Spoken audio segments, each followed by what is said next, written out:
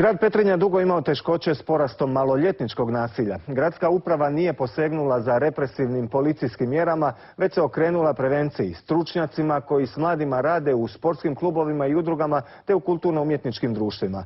Nasilje je znatno smanjeno, a mladi nisu prepušteni ulici. Primjer na koji bi se mogle ugledati i neke znatno bogatije sredine.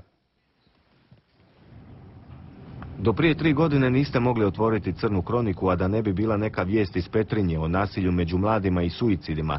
Ipak ozbiljan i pravovremeni pristup lokalne uprave bez represije policije u suradnju sa sociolozima i pedagozima u radu s mladima ostvarili su pozitivne rezultate.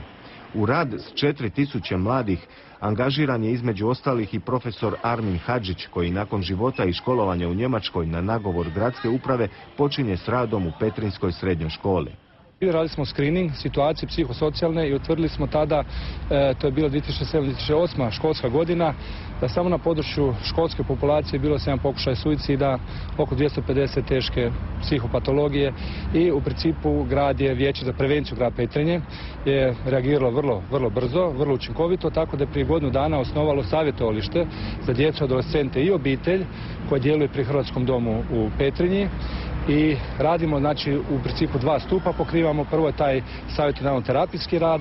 Pokrenuta je škola nenasilja, škola zdravlja, a sve u cilju prevencije. Profesor Hadžić tvrdi kako se Petrinja može pohvaliti projektima koje su mlade afirmirali u sredini koja, nažalost, još uvijek osjeća ratne posljedice. Ono što mi iznenadilo kad sam došao iz Njemačke, pa sam došao tu, imao sam na srednjoj školi, mi iznenadilo vrhunski profesionalizam na toj školi, koji poslije sam i u rejtinzima, znači na nivou Republike Hrvatske, škola u mnogim stvarima je u samom vrhu. Znači, što se ne bi reklo na prvi pogled, ajmo reći me kao Zagrepčana koji je došao iz Njemačke, u škola Male Petrinje, znači ljudi koji rade toliko fenomenalno, koji su toliko entuzijasti, imamo profesora koji dolaze od svukud iz Zagreba i Siska, i imamo kadar koji u principu poslije upisuje od medicine, arhitekture do najtežih,